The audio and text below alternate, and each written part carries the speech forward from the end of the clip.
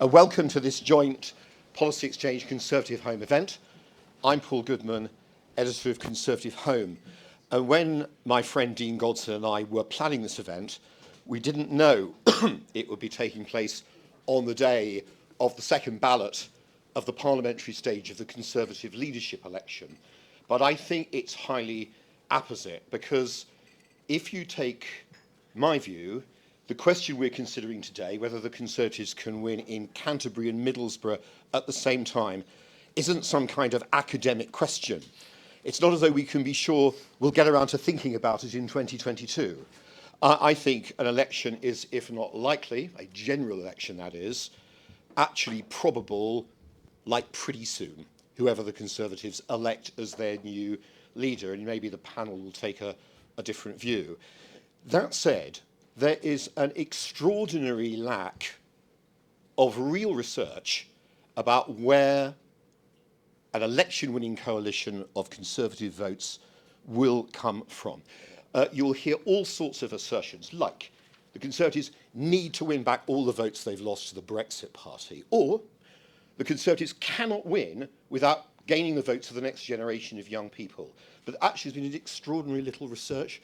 There was a very good paper, if I dare mention it, a Policy Exchange by Onward, a think tank that looked at all this.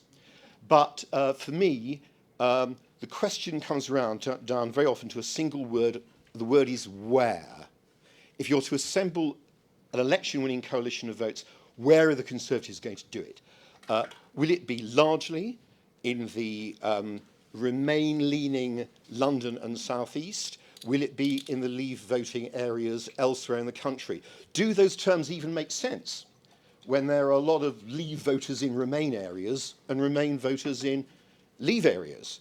Having blotted my copybook by mentioning Onward, I ought at this point gratuitously to mention Policy Exchange's David Goodhart, who talks about the anywheres and the somewheres, terms that have become knocked around and have become famous or notorious according to your point of view. So the question we're going to consider today is where? And at this point, I'm going to hand over to Dean, who's going to look after the rest of the discussion. So thank you very much and welcome.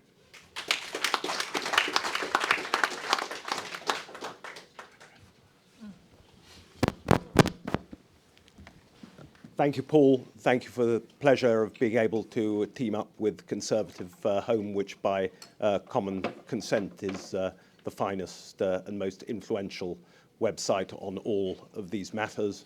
Pleasure also to be able to welcome back all of our panellists, all of them so distinguished that they need no introduction from me.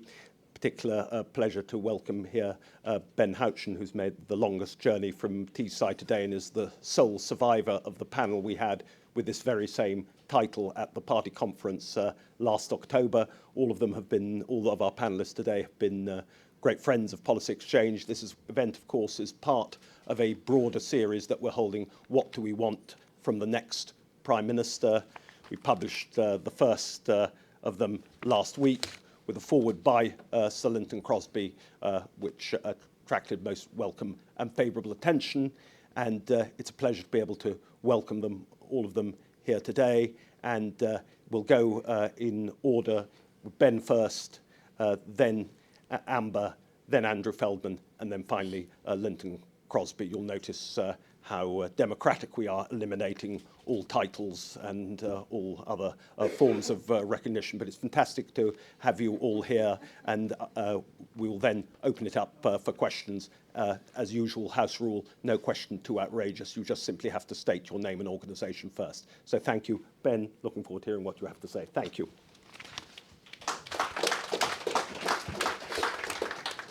Well, firstly, thank you very much for inviting me as you said, the sole survivor of the panel from conference. I'm just the warm-up act. There are much more interesting people on the panel that I'm sure you want to listen to. But what I'm going to do is try and provide the context for the Middlesbrough part of the question. And for those of you who don't know, as the Mayor of the Tees Valley, Middlesbrough is right in the heart of the patch that I represent. So I would say tick. We're already winning in places like Middlesbrough, and indeed a very good colleague of mine, Simon Clark MP, the MP for Middlesbrough South and East Cleveland, is also winning in Middlesbrough. But I just want to touch upon the journey that we've been on across Teesside and certainly large parts of the northeast, in the south of the northeast region, over the last 10 years. 10 years ago, we had one outside marginal in the 8 constituencies that I cover. There were 7 safe Labour seats and one outside marginal in a place called Stockton South, and a very good MP in James Wharton, who was elected in 2010. One of the things that really started to change is that James really dragged together the Conservative Party locally and the campaigning machine. It was non-existent, there wasn't any funds available, there was no cohesion as to how we were going to run this thing, and he brought together a lot of like-minded people who were very conservative in their viewpoint and also very driven, who actually many still exist today in the region and are doing very well. And if we fast forward to today, we have the Conservative MP in Middlesbrough South and East Cleveland. We've got an ultra-marginal in Stockton South. We've got a great marginal in Darlington. We now, as of the local elections just a few weeks ago, now run Darlington Council as a Conservative administration. Probably a lesser-known fact is that in Hartlepool, we're actually part of the coalition to run Hartlepool Council. The deputy leader of Hartlepool Council is a Conservative. This is Peter Mandelson's old seat. And now, when I was elected and when James was first elected in 2010, we had 5 Labour-run local authorities with 7 local MPs. Now, only one of those 5 local authorities is Labour-run, with 3 independents, 1 Labour, and a Conservative administration in Darlington. Again, just to see the journey that we've come on in the last 10 years, this is an area that they would parachute safe Labour candidates in to take up cabinet positions. We had Tony Blair in my area in Sedgefield, we had Peter Mandelson, we had Mo Morlam, we had other cabinet ministers in my area who no longer can say that this is a safe area for Labour to come into. And I think there's 3 things that I think have changed. One, I've touched upon about the Conservative campaigning on the ground, which was massively helped in the run-up to 2015, which really helped solidify a good campaigning machine that we have. But the 2 things that have happened since 2015 is, one is Jeremy Corbyn. If you come into places like Teesside, you go into the places of central Middlesbrough, Redcar, Hartlepool, they do not like Jeremy Corbyn. Jeremy Corbyn does not speak to the working class Labour voter of Teesside. He just doesn't. And one of the things that I know that causes my Labour colleagues to pull their hair out in local elections, in the European elections that we've recently had, is that every time they stand on the doorstep, it's, we cannot vote for Jeremy Corbyn. And while Jeremy Corbyn is your leader, we cannot identify with a man who doesn't understand what it is like to be a low middle class working person in the northeast of England. And the third element, and it wasn't going to take long to get onto this point, but the one that I'll leave it on is Brexit. In 2017, we saw the biggest increase in the share of the vote, in Conservative share of the vote, than anywhere else in the country. I remember in 2014 standing in the European elections and actually having a conversation with Lynton at the time, asking about where the UKIP vote was going to go in the northeast of England compared to anywhere else in the country. And we knew at the time that UKIP were going to take far more votes off Labour than they were of the Conservative Party in the northeast of England. And we're seeing that today. I mean, one of the large reasons why independents run 3 of the councils in the Tees Valley is because if you take the whole area, all 650,000 people, all 5 local authorities, all 8 constituencies, in the referendum, on average, the Tees Valley voted 67% to leave. And that included parts of Middlesbrough that voted more than 85% to leave. And that hasn't changed. If we look at the recent European elections, when you take the 5 local authorities together, they are a fraction. The Brexit Party was a fraction under 50% of the share of the vote in its entirety. The people of the Tees Valley feel a sense of remoteness from the centre. They had a time when local authorities for the last 50 years were controlled by Labour. They had a period of time when New Labour were in power, when we had multiple cabinet ministers, including the Prime Minister in our patch, and they didn't feel like a difference was made. And that has now transpired into a change in the Brexit vote, feeling that that has to be driven through. And when you look at places like Redcar, that are as safe Labour seats historically as they come, and they lose half of their local council representatives in the last local election, it's because people feel betrayed by the fact that a vote was had. And again, this goes to a problem we've had in the North East for a long time. People of the North East feel like their voices are being listened to anyway. And on the biggest public mandate that we've had in this country's history, when that was given to the people to decide, and now they're still being ignored, that is a backlash that we will not come back from unless Brexit is properly delivered on. And we're now starting to see that. And I think one of the reasons that we are seeing benefits at the moment is because Labour is seen as the established party in the north east of England. I've just explained to you why Labour have been in power for the last 50 years. That will only last for so long before local people start to turn their sights on the Conservative Party and say, you're as bad as the Labour establishment in the North East, and therefore we're not going to vote for you either. So I think there's a huge opportunity in the North East. We're making great strides, and actually by delivering Brexit, and then concentrating on a good blue-collar Conservative agenda in the North East, we won't just see one Conservative MP and an elected mayor, but we could genuinely see multiple Conservative MPs in an area that hasn't had Conservative MPs for many, many years. So that's my start for 10, and I'm looking forward to the rest of the discussion. Thank you.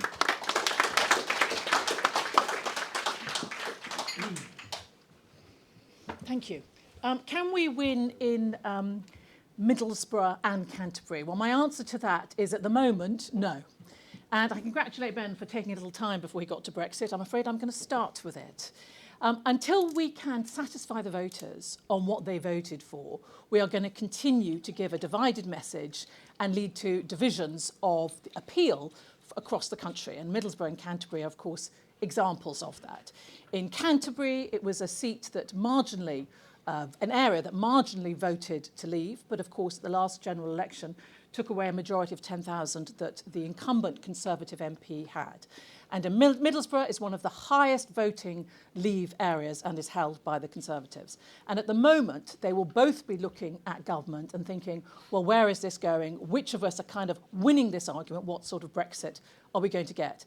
And until we can deliver on Brexit, we're not going to get a proper hearing on all the other reasons why most of us came into politics. So in order to be able to answer that question in the positive, I hope that we will be able to deliver on a Brexit. The type of Brexit that I'm hoping for may be different to some of my colleagues here, but I hope it will be the one that actually says we've now left the EU, but also is very careful and cautious about making sure that we protect the economy, our security, and the European Union. I have some experience of marginal seats. I represent Hastings and Rye. In 2010, we took it by a majority of just under 2,000. It's a sort of classic swing seat. A lot of our success there was showing we had a fresh face, a new leader who fought from the centre ground, which is where I think Conservatives are most likely to win majorities. And part of the success was also on the basis of all the work that we did as Conservatives. So I knew where a lot of the vote was. It's been much sort of recorded and analysed, the fact that you have to have a certain amount of pledges in order to make sure that you get a majority. And we continued doing that up to 2015. But in 2015, in Hastings and Rye, we were one of the target Labour seats. Ed Miliband kept on coming down, which was some help. We had the Ed Stone, if anyone remembers that, unveiled in Hastings. And to our utmost surprise, really, we found that we got a majority of just under 5,000. And one of the reasons for that was, again, fighting from the centre ground, a good campaign, a major message from the centre that really helped, but also the pledging that we'd all done, the work that we'd all done locally to find out where our vote was. And I remember particularly going door to door and getting all this new information down from CCHQ, telling me to go to areas that we hadn't really campaigned in before. And pretty much every door that we knocked on turned out to have a Conservative in. I remember knocking on one door and a man answering in his T-shirt. And I said, could I give you a lift down to the polling station? Might you vote Conservative? And he said, I might. One condition. I said, yes. He said, don't tell the neighbours. So we still got him down and got his vote and got the outcome that we were all hoping for. All that felt like it had changed when we came to 2017. There's been lots of comments and views about the manifesto that came out, but I would say that one of the most difficult things for those of us fighting in marginal seats, and for instance, I would say also that a lot of MPs, however reasonable their majority, no longer really consider themselves in safe seats. That's not just Conservatives, that's Labour as well, because from 2017 we learnt that anything can happen. In Hastings, the general view was that I would increase my majority from 5,000. I got a majority of 346. It was a tense night for some of us locally. But I know that one of my neighbours, a Labour MP, who had been quite outspoken about his disagreements with Jeremy Corbyn and expected to lose his seat, got a swing of over 12,000 towards him and now has one of the strongest majorities for Labour. But if you speak to Labour MPs, they take the same view most of us do in the Conservative Party. There are no safe seats. Anything can happen. And the pledge base that we used to be able to rely on to get our votes out, to know where they were, to get us our majorities, is now no longer as robust. Now, because of Brexit, because it divides parties in so many different ways, and the progress or the lack of it that we've made towards Brexit has created different animosities and different groups, it's all change. It's much more difficult to analyse where your vote is and whether it's going to come out. And my final point today is about how we win elections. It's not just about having the most dynamic story to tell on the day. Conservatives win elections because we show that we are good at government, that we are reliable with the economy, that we are thoughtful about the union, and that we can be relied on to look after this country. So I think we can win in both those areas. If we can move beyond Brexit, if we can understand that our pledge base isn't existing in the same way and needs winning over, but above all, if we can show that we are a good Conservative government that will look after communities and families. Thank you.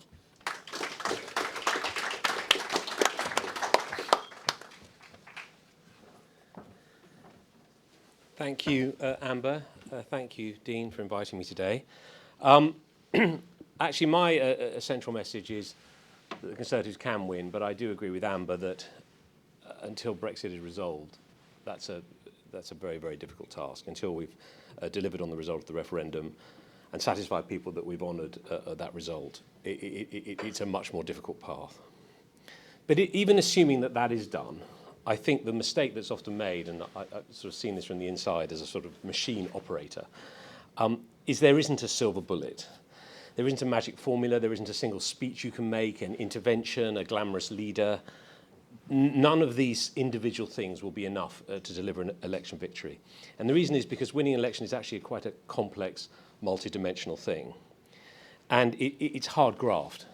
And people are tempted by the idea that there's a single slogan or a speech that can be made. And I sort of, it's rather boring to do lists, but I've got a sort of 6 things which I think you need to do in order to win. And I promise I'll rattle through them. But the first is you do need a charismatic and authentic leader. And what that means is that it has to be a leader that likes campaigning, likes engaging with people, and likes and also has the physical robustness to endure the difficulty of a campaign. And the truth is that any campaign does involve a certain amount of repetition. But there's a difference between repeating something in a way that sort of seems as if you're detached and repeating it in a way that has some nuances, has some flexibility. And I think that nuance and humour and a certain style are necessary in order to be an effective leader and a campaigner. And also this point about authenticity is critical. People need to think that you're engaged and you really are sort of with the people that you're with, you're present and you are thinking about their concerns. The second thing you need is a strong and united team. And this doesn't just mean that the team around the leader is strong and united. It means that you have to have a very clear chain of command and actually, importantly, a separation between political decision-making and the campaign. The problem for politicians often in the middle of a campaign is they'll speak to a journalist, they'll hear something, they'll be unsettled by something, and they'll be tempted to sort of take the strategy in a different direction on the basis of a single conversation. The role of a political strategist is to be constant, is to be clear, say this is the plan, and until the evidence changes, we don't change where we're going. So I think that separation of responsibility is very important. In 2010, we didn't have that. We had the campaign was led by George, we had Steve and Andy Coulson, and we didn't have actually a single professional campaigner running it, and one of the key imperatives for 2015 was to try and hire someone to do that, and we came up, I think, with the best in the world, and Lynton came in and gave us that sort of professional discipline around the campaign. And I think in 2017 you saw that the splits between the political and the campaign operation, but not having a single chain of command, was actually very problematic. The third thing that you need is a clarity of message, and the central message and the manifesto have to be carefully crafted and supported by research. This is a difficult thing to do. They have to have integrity. In 2010, we actually never resolved the central conflict between austerity and compassionate conservatism. So that's how you end up with a poster which says, we'll cut the deficit and protect the NHS. And the public sort of say, well, really? How do you do both those things? So, not resolving those internal contradictions in your message is a problem. In 2015, we actually did get it right. We had great amount of work done on the manifesto. It was internally coherent, and it was coherent with the central message of being sound economic custodians, the long-term economic plan. And therefore, it held together under the pressure of a campaign. In 2017, it started off as a campaign about Brexit with great clarity, but then complex social reforms were announced sort of halfway through the campaign, which may or may not have been meritorious, but without them being, with the ground being prepared and without people understanding the context, they're unlikely to cut through. Again, it was and also there wasn't the research done on the reaction of key voters in key constituencies on that material. The fourth thing you need is a very sophisticated target seats programme. Amber alluded to that. Look, this needs to be disciplined and evidence-based. You need to choose the seats that you want to fight in, and you need to stick with it. As an election approaches, every single MP, even those with 25,000 majorities, will phone you and tell you they're in a desperate marginal and they need money and help. And you have to have the sort of relentless discipline to say, you know, really, I understand your pain, but not today. And the other thing is that we did successfully was putting a professional campaign manager in every one of those target seats, doing a huge amount of data collection, long time out, with face-to-face interviews and phone research, and building a detailed picture of each constituency. And, most importantly, selecting a strong local candidate early, because actually politics is still very local, and this sort of national narrative without an anchor, without a sound campaigner on the ground, it doesn't work, because that person has to have local credibility and be able to build a local coalition. In 2010 we did quite well on that. 2015 I think we did exceptionally well on that. Our candidates were very important, and certainly in the West Country, where you're asking Lib Dems to consider, even though they were Lib Dems, to consider voting for a Conservative in order to get David Cameron as Prime Minister, which they undoubtedly preferred to Ed Miliband, you still had to persuade them that that person was a strong local representative and would do what they wanted, what they needed them to do, and would be someone they could trust. So I think that local dimension is immensely important.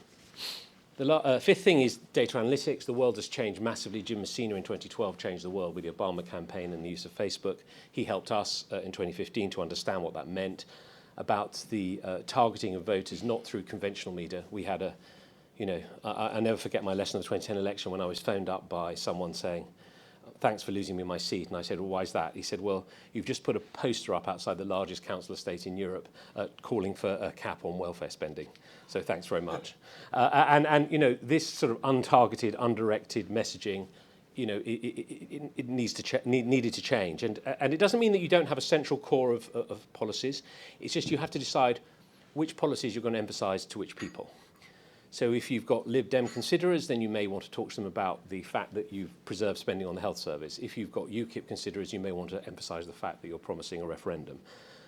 But you need to be sophisticated in the way you talk to people. A single national message, but broken down with different emphasis to different audiences. And in 2015 we achieved that. 2017 there just wasn't any data. The information about the electorate, the modelling, had all been lapsed. No one knew the election was coming until 5 weeks before. None of the ground preparing, either in terms of the local campaign or local campaigns, or the data had been done, the candidates hadn't been selected, and the actual detailed investigation and analytics were just not an option. So you went back to blanket carpet bombing of generic literature and messages which didn't, therefore didn't move people's behaviour. The final thing, actually, I'd say is stakeholders. And we all know this in our own lives. When someone phones you up, who you haven't spoken to for months and months, phones you up the night before their exam or their big business deal and asks you for a helpful quote or to help them with a difficult maths problem, you are not particularly inclined to help them. And it's the same in politics, which is that you have to build relationships with key stakeholders over many years. Whether it's the business community, whether it's donors, whether it's community leaders in minority communities. If you turn up at the mosque or the temple or the CBI the week before the election and ask for their support, they're all going to roll their eyes and say, "Well, it's nice to see you, wonder why you're here." You have to build those relationships over many years, and it's a sweat. And I'll never forget, my last remark is Jason Kenney, who was this brilliant Canadian politician who built this sort of coalition of BME support for the Canadian Conservative Party. When I met him, I said, well, this was in sort of 2010. I said, well, what was the secret of, what you did? How do you do it? He said, I went to a lot of weddings and bar mitzvahs and festivals, and I ate a lot of curry. And he sort of pointed to his, not insignificant stomach, and said, you know, this is it. This is what you have to do. And I have to say that since I've left politics, I've definitely lost a lot of weight. Thank you.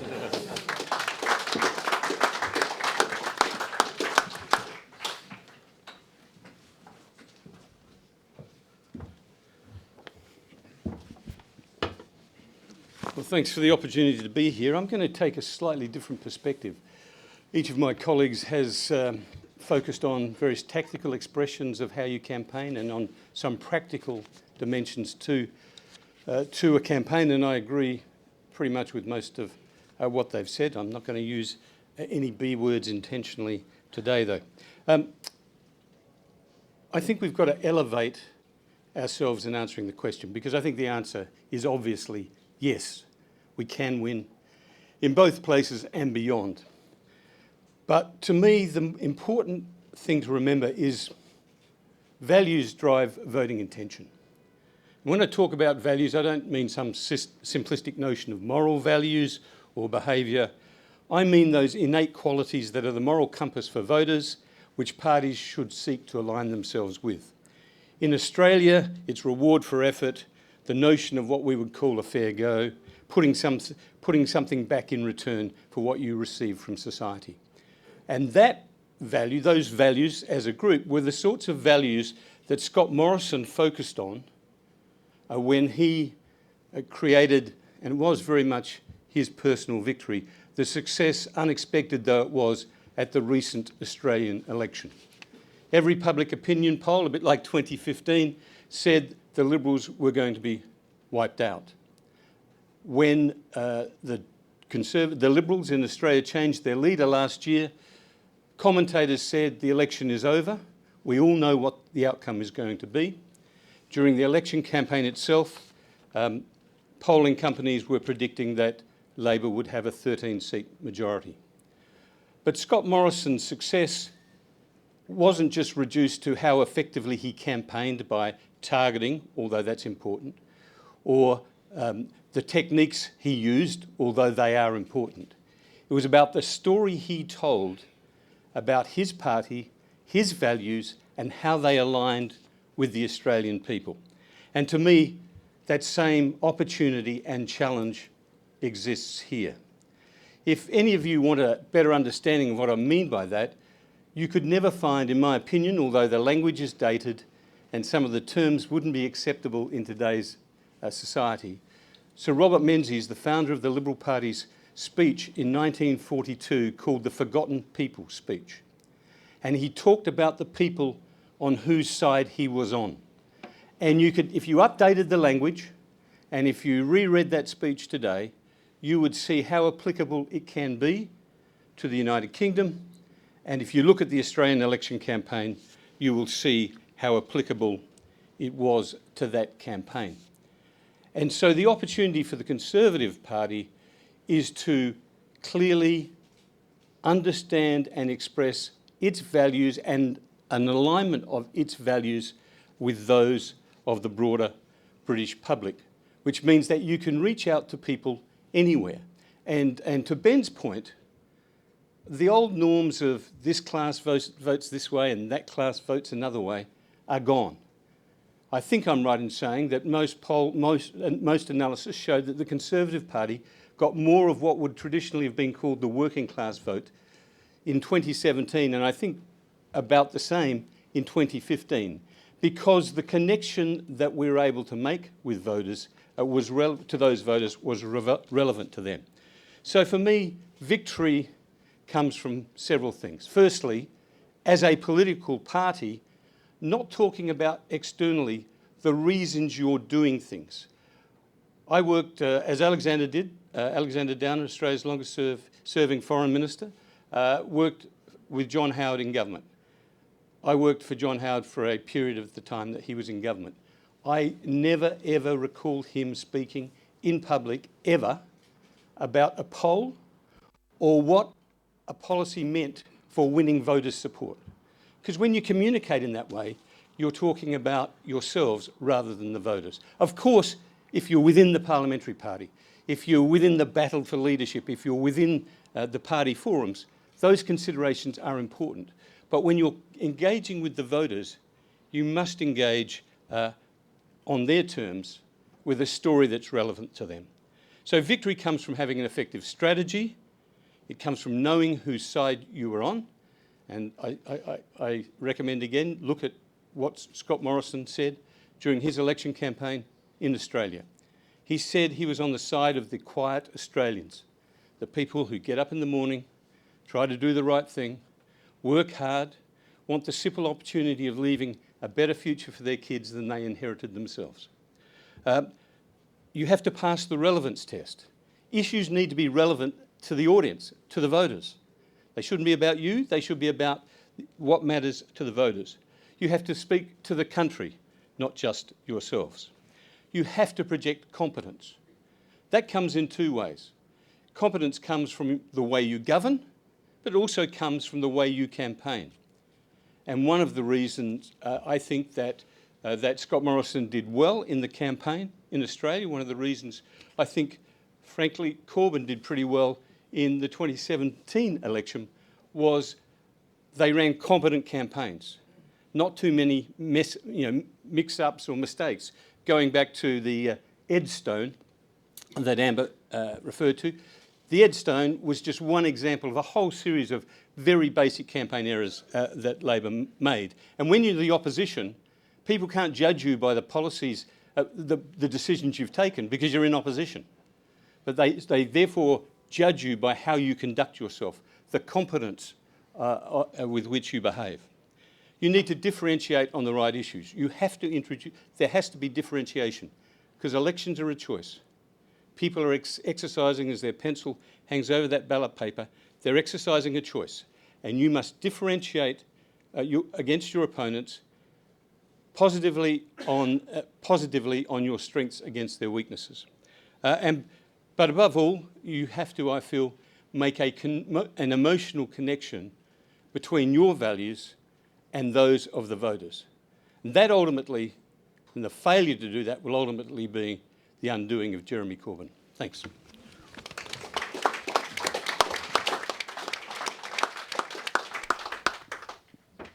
Thank you, panellists, for a fantastic set of contributions. Can I just get a sense from the room how many people want to ask questions? Gentleman there, third row, if you just wait till the microphone comes. Name and organisation, please. Thank you. Toby Young, The Spectator. I'm curious as to what the panel think might happen if Boris, as leader of the Conservative Party, tries to get no deal through Parliament, is defeated in a confidence vote, has to go to the polls, fights an election on the platform of give me the majority I need to take us out of Europe with no deal. And the reasons for being pessimistic in that scenario are, first of all, that about 25% of the seats that the Conservatives won in 2017 were in areas where a majority of the constituents voted Remain. So roughly 80 seats. How many of those seats does the panel think the Tories would lose in that scenario? And would there be, what about in the North East, Ben? Would voters who came from Labour and voted Conservative last time because they believed the Conservatives would deliver Brexit think, well, fool me once, shame on you, fool me twice, shame on me? And one coda to this question, do the panel think that he'd be more likely to get a majority if he went to the polls before the October 31st deadline rather than after? Thank you. I see a couple of other questions. Maybe we'll take them as a clutch. Gentleman there in the aisle. Name and organisation. Of course. Tony Halmos from King's College, London. It was Theresa May who famously coined the phrase about the Conservatives being the nasty party.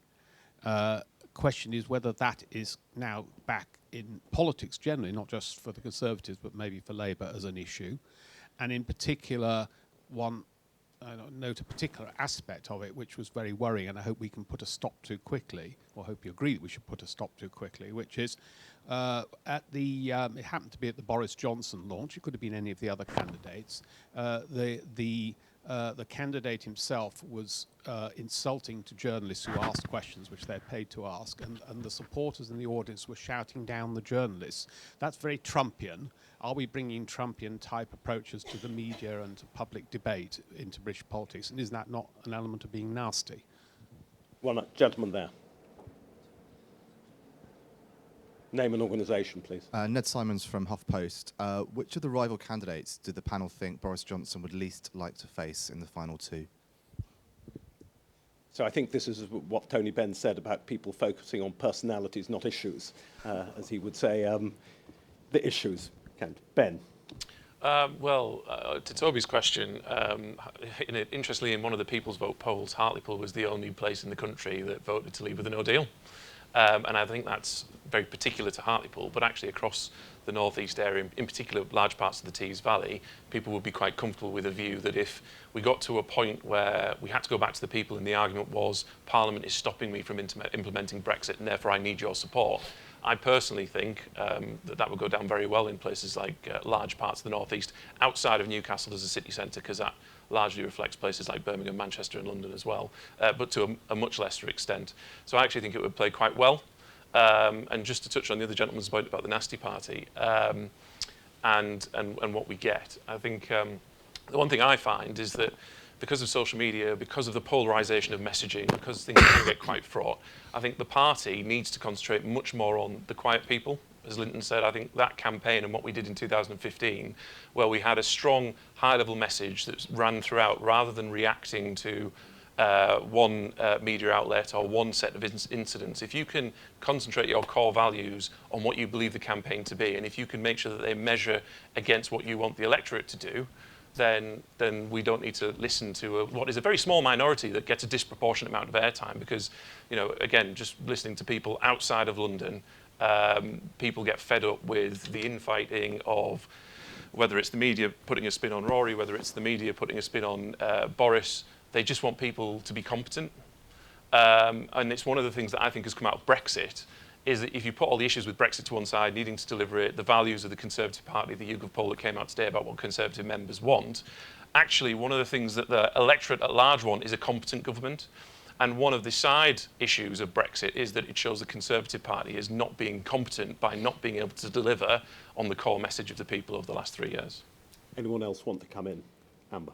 Thank you. Just in answer to Toby's question, I think the honest answer is nobody knows. Referring again to my friend, the local Labour MP, Labour famously had a really bad Parliamentary Labour Party meeting last Monday, and they all emerged saying, for God's sake, we mustn't have a general election, we'll all lose. So the Conservatives may be unnerved about having a general election before we've delivered Brexit, and we're right to be so. But I can tell you the Labour Party are just as uncomfortable about it. So again, I just don't think anybody knows what the outcomes will be in that scenario. In terms of the nasty party, absolutely not. Actually, the Conservative government is getting on with a lot of very good things. I've made a lot of changes in my department. There's a lot of other good things going on in other departments. It's really difficult getting that message through at the moment because of the sort of wet blanket of Brexit, which we're having trouble punching through. And in terms of who should go up against Boris Johnson, that would have to be Jeremy Hunt, who exudes the confidence, the experience and the ability to be able to be a future Prime Minister. Thank you. Written and authorised. Exactly.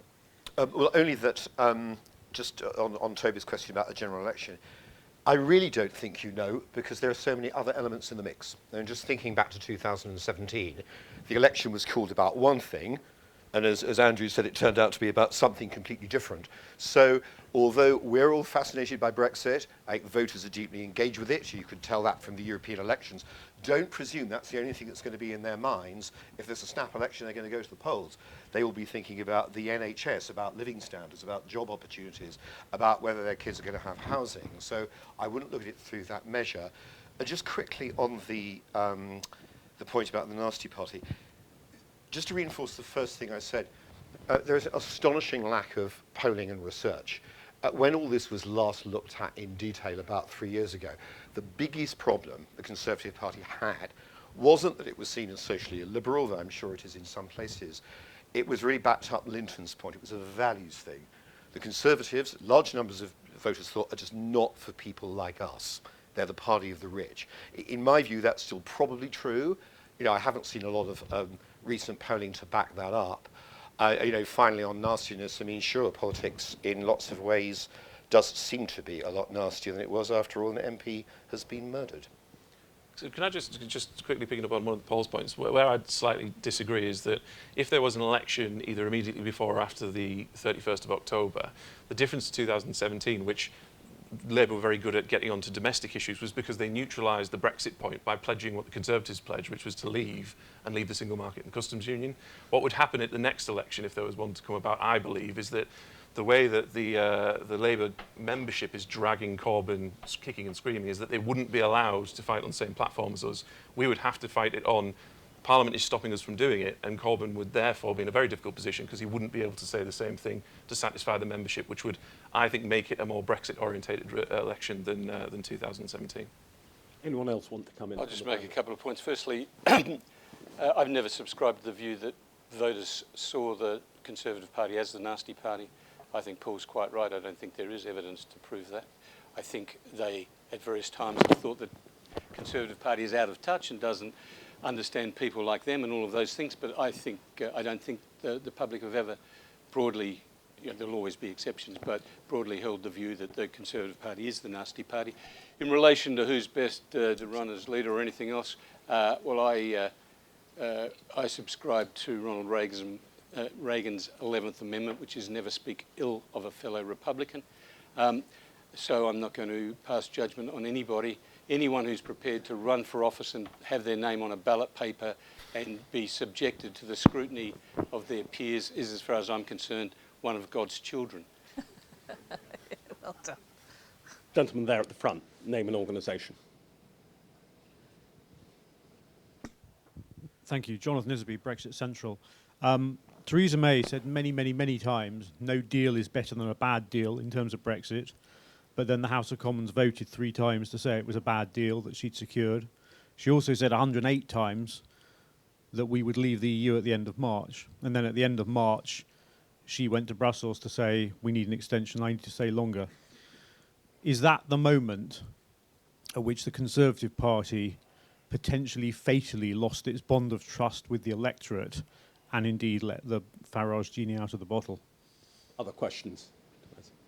Gentleman in the aisle there.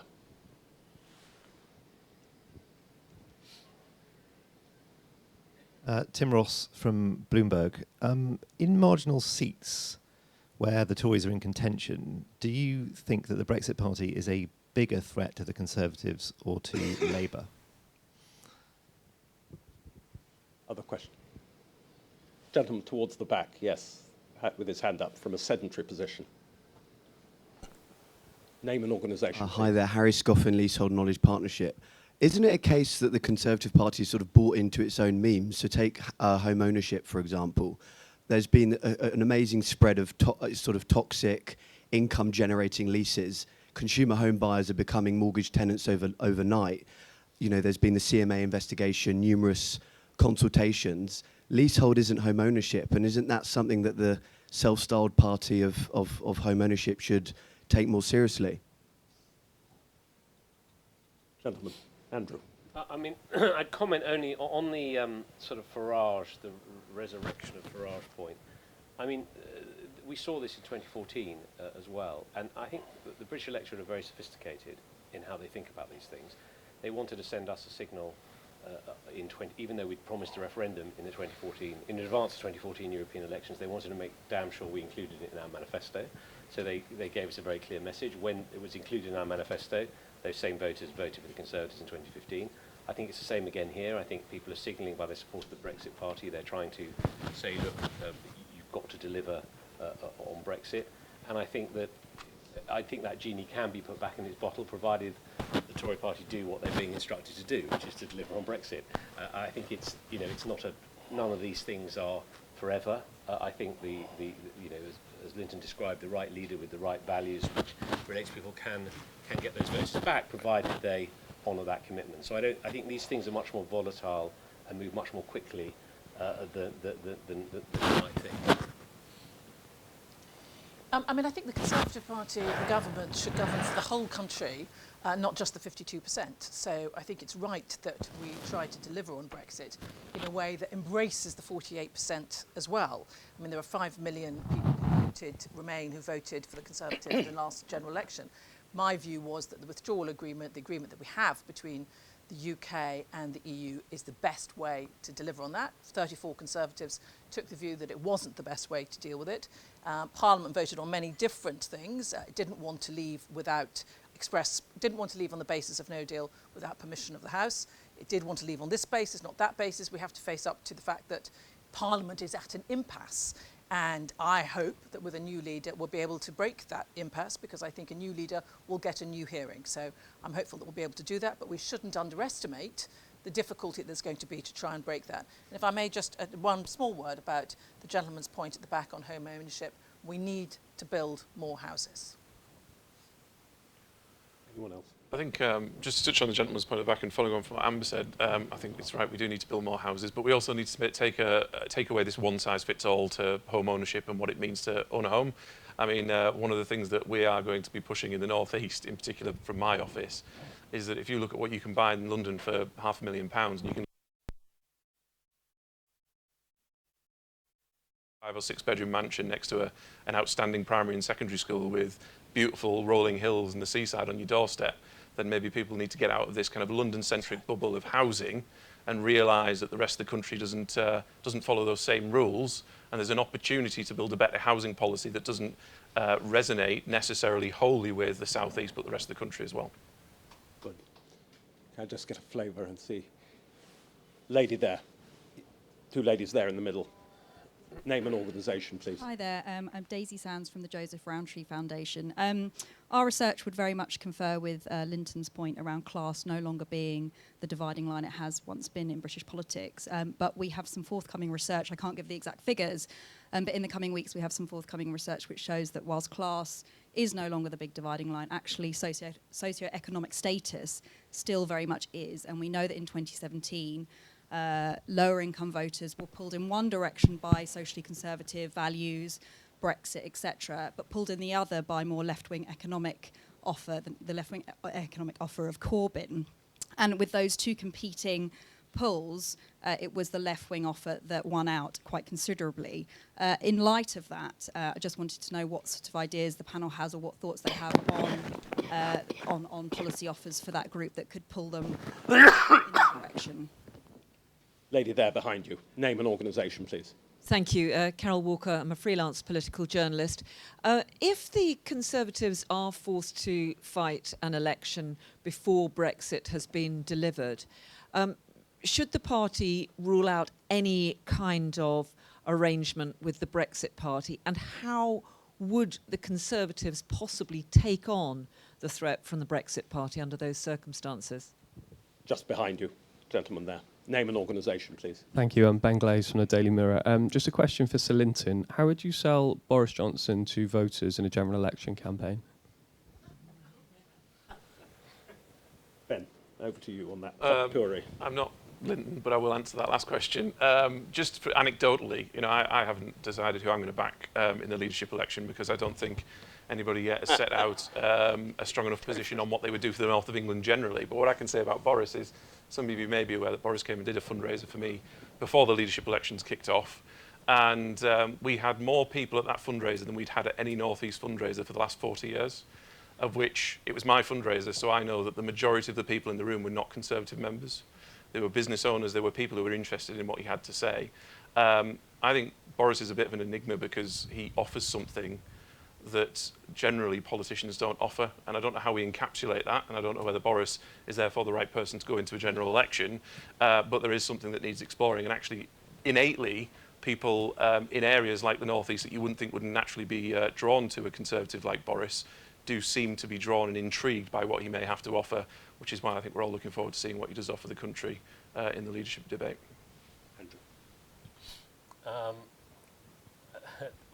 I mean, I can only speak about Boris of my experience of him in 2008, in 2012, when he ran for mayor, and in 2015. One of the things about modern political campaigning is it's quite hard to rustle up a crowd for a rally, even for a relatively popular politician. So even my dear friend, when he turned up in some parts of the country, there weren't thousands of people waiting to greet him off the bus.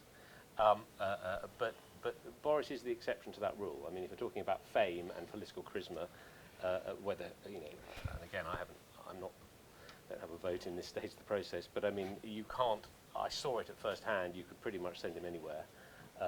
And when he got off the bus, whether people liked him or didn't like him, they wanted to have a selfie with him, which is, an interesting political phenomenon. On the question of from the Rowntree Foundation, look, it does seem to be the case that in spite of the fact that there's virtually, well, close to full employment in the UK, 3.4% unemployment, and actually beginning to be rising wages, that there is a sense of a feeling of that people are all not benefiting in the same way from the economic growth that there's been. And that may be slowing at the moment for a number of reasons, but I do think addressing that perceived in a sense of inequality is a big thing, and I do think that it's been said many times that expecting people to be capitalists without having any capital is a bit optimistic. And so to the gentleman at the back, I do think home ownership is central for that reason, because I think that if you've got relatively stagnant wage growth with full employment, the one way that people can accumulate capital is through home ownership. And I'd like to see policies which really focused on allowing people to access home ownership in different ways, whether that's shared equity or other mechanisms where they can make that start to accumulate some private wealth. Paul, I would like to just respond briefly to the Joseph Rowntree question in a way by asking a question of the question, which is this. If you look back at 2017, the Conservatives won some seats against the trend, and I think they were really interesting seats. I can't name them all, I'm going to forget one or two, but Walsall North, Derbyshire North East, Stoke South, Middlesbrough South and Cleveland, we had a big plug, right. These were all, they're not seats that have always been Labour. Middlesbrough South and Cleveland have moved around a bit. But I think Derbyshire North East, it's been Labour for a very long time. The Tories have not been a presence in Stoke for a while. So to answer your question, I would go there, to those kind of seats, and ask the question and try to find out what they had in common, what was different, what the Conservative candidates did that worked. I think they were very interesting 6 or 7 seats. And one of the questions about the election, when or if it comes, if I can just for a moment sort of lift off the shadow of Brexit over it, is whether there's a future for the Conservatives trying to march through those sort of Midlands and Yorkshire and Northern seats, which very often here in London, I plead guilty as someone who's lived in London for most of my life, we don't really have a sense of in full. Absolutely. To the Joseph Rowntree Foundation, I would say that yes, people have to understand that the Conservative Party is trying to do something to enable there is more equality of opportunity. So in my department, we're introducing much more attention to in-work progression. So we've helped people get jobs, the economy is strong, so we've been able to do that. But there are a lot of people who are fearful of holding on to their jobs and fearful that the automation that they read about all the time, that's going to take away their jobs, and they're worried about whether they're going to be able to hold them and whether they're going to be able to make progress in them. So we're very focused at DWP to making sure we introduce more opportunities, more training locally, more working with the private sector to deliver on that. And in terms of the seats, Carol, that we might or might not be threatened by Brexit, I think it's just as important to focus on the Lib Dems. I get just as many people writing to me as an MP saying, if you don't vote, if you don't deliver Brexit like I want you to do it and do it now, we're threatening to take away our vote, as people writing to me saying, I voted for you last time, but if you deliver hard Brexit, I'm not going to vote for you again. So there are two sides to this that are pulling us in different directions. We have to find a way of trying to accommodate as much as we can on both sides and acknowledge that's going to be hard and neither sides are going to be fully satisfied, but if we can do that, we can get beyond it to the rest. Can I just say a couple of things about the last election and Jeremy Corbyn? I think a point that often gets overlooked is there were overwhelmingly high expectations of a Conservative win, and the truth is the Conservatives got the highest vote since 1970 or something or other, in absolute terms anyway, in terms of votes received. But expectations are critical in an election outcome. And so in the 2017 election, even at the end of the campaign, well over 60% of people thought the Conservatives were going to win. That had two impacts. Firstly, it had the impact of anything negative within the Conservatives' manifesto that was seen to target particular groups or was seen as unpopular, however right or wrong people may think it was. That was a much greater and real threat than sometimes policy propositions are, because most voters thought the Conservatives are going to win. This is coming to town very soon. I'm not sure about that. Conversely, and I've seen this before, no one thought Jeremy Corbyn was going to win. They gave him points during the campaign, back to my earlier point, because he conducted himself more competently than they expected. They thought he was unable to, walk and chew gum at the same time, essentially. And yet he conducted himself well. His campaign events were well organised. He stuck to a message and was consistent with the delivery of that message. But they didn't think he was going to win. So all the attacks on most of the attacks on his policies back then were observations, not threats. You could say that he believes in higher taxes. Doesn't matter, he's not going to win, does he? And you saw it in focus group after focus group that actually the attacks fell flat because he wasn't going to win, therefore, it's an observation, but it doesn't matter. This time, that dynamic significantly changes. The threat is real. He could win.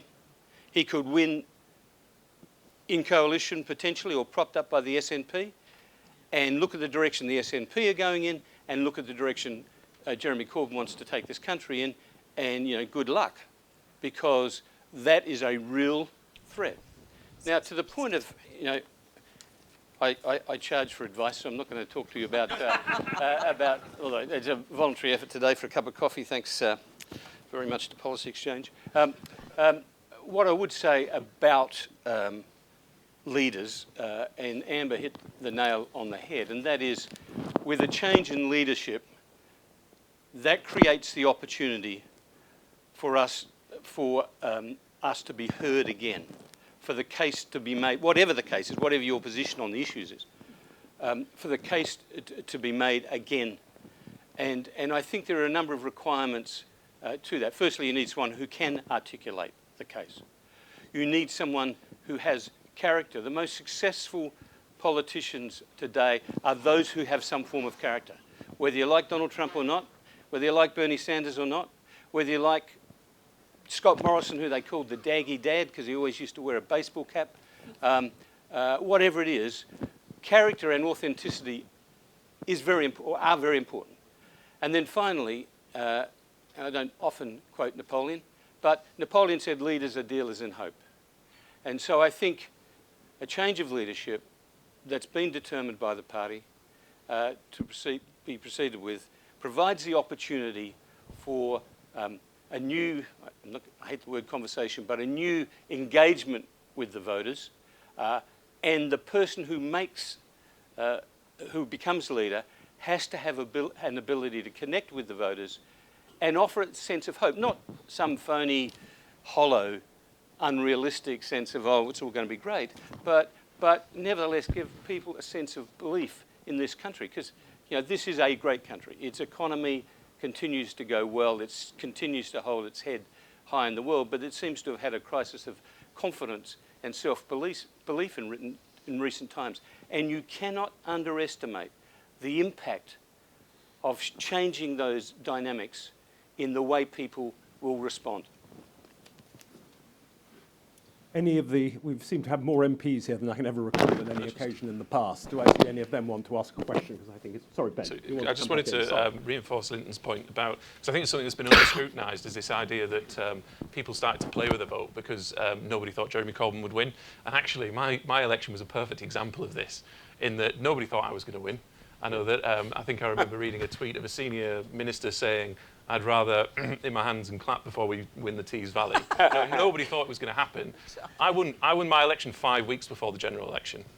And I had to, a minor anecdote, but I had to resign my council seat because of the legislation. So my council seat, which was probably one of the safest council seats in Stockton South, which is an ultra-marginal, was the first election after the general election. When we were going around on general election day, Yarm, the seat that I represented, was not in a good place. You could tell people were upset, they didn't want to talk, and the feedback afterwards when we analysed it is we massively underperformed in Yarm.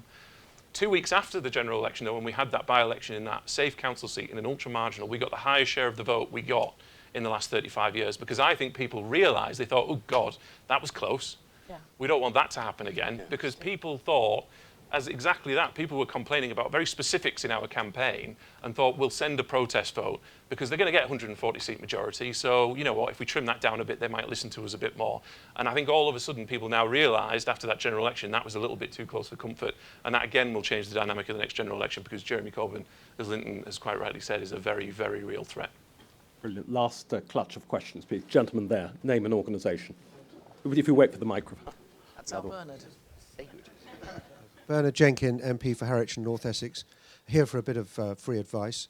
I would just make two observations, if I may, that there is far more in common between Amber and Lynton, because Amber talks about the centre ground, which is a very ill-defined idea, but I think it means the same thing as Lynton's talking about, which is about aligning yourself with the values of the electorate.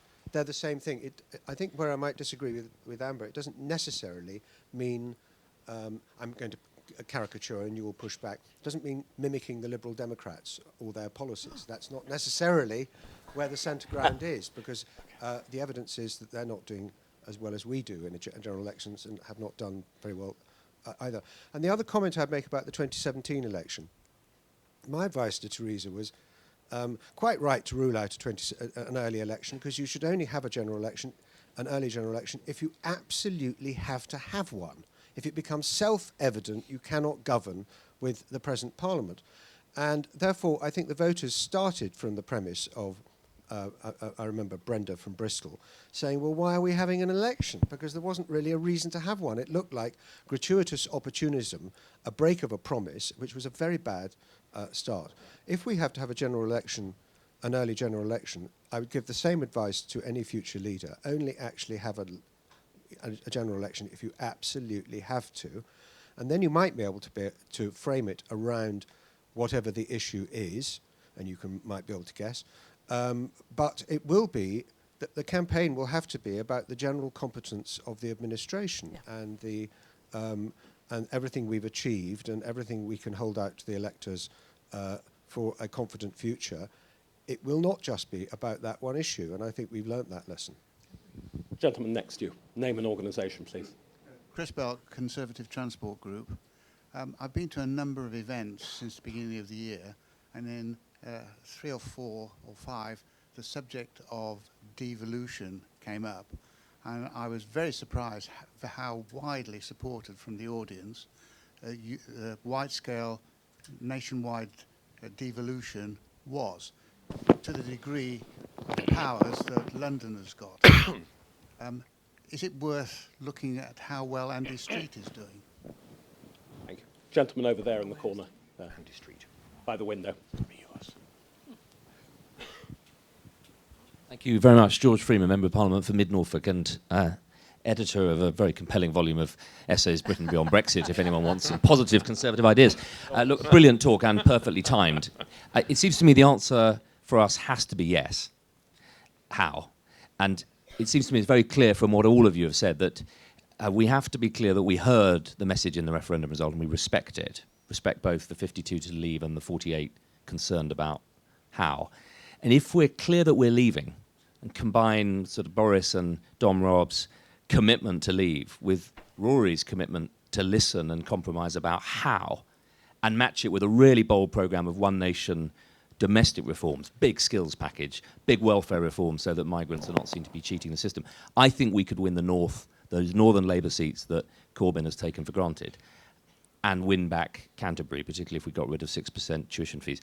I think this is doable, but it won't be done. I think the danger of this election is that we pick somebody who just thinks just by going harder and harder on Brexit, we'll do it. I worry that'll lose our business professional commuter voters and leave Nigel Farage picking up the really hard Brexit voters and leave us just relying on our competence, which is looking a bit threadbare at the moment. This is a key moment. I think we're in the last chance saloon. All the panellists now. Last question. I'm sorry to have disappointed anyone. Ben, and then we'll go. I'm going to pick up on the devolution point, as you would expect. I think Andy Street's doing a fantastic job, as I think James Palmer and Tim Bowles in the West of England and Cambridge. When it comes to devolution, and transport in particular, I think it's something that we're missing the boat on, especially transport in the north of England. If you look at the politics of what Andy Burnham is doing in Manchester around Northern Powerhouse Rail and the need to rebalance the economy to make sure that, because there is this sense in the north of England, generally, that the south has always had it all. Even in the boom years of the early 2000s, the north never really got anything. Look, they're getting Crossrail 2 before we even get, a patchwork quilt of some amendments to our crappy rail system in the north of England. We've got TP that's being cancelled left, right and centre. Northern are failing. the Conservative Party and the Conservative government doesn't care about the north of England because it doesn't care about the infrastructure and the transport. And actually, it's one of the reasons why I haven't declared to say that we should be looking as a north of England candidate in the leadership election is nobody has said Northern Powerhouse Rail is a must-have. You know what, even if the BCRs and the economics don't quite make sense, it's something we need to do to readdress political balance, to make sure that people across the whole of the country feel like we're coming together. So I think transport is something we've missed a huge amount on. And I actually think in the northern seats, right from Yorkshire across to the northwest and right up into the northeast towards Berwick, transport is a key driver, and it's something that we haven't articulated well about what the Conservative government is delivering for the north of England in transport. I mean, I agree on the devolution point, and I think it was a centrepiece of Osborne as Chancellor that he understood this opportunity, and he did a lot with the Northern Powerhouse, but also actually being willing to work with council leaders of whatever persuasion to deliver what was needed in the north. And so I think it's a huge opportunity. We had a lot of momentum. Unfortunately, we've lost it, and I think regaining that would be central to it. On the election, I just think it should be avoided. The whole tenor of my remarks was that elections are complicated and they take time to prepare for, and you shouldn't really rush into them. And I think the party should, anyone who's thinking of voting for an early election should think very carefully about it. I think it wouldn't be a great idea. I mean, although I would say in defence of CCHQ, they have at least selected the candidates, and we do have 170 campaign managers on the ground, and thanks to the current chairman and chief executive, we're better prepared than we were in 2017. Still, a lot more work to be done.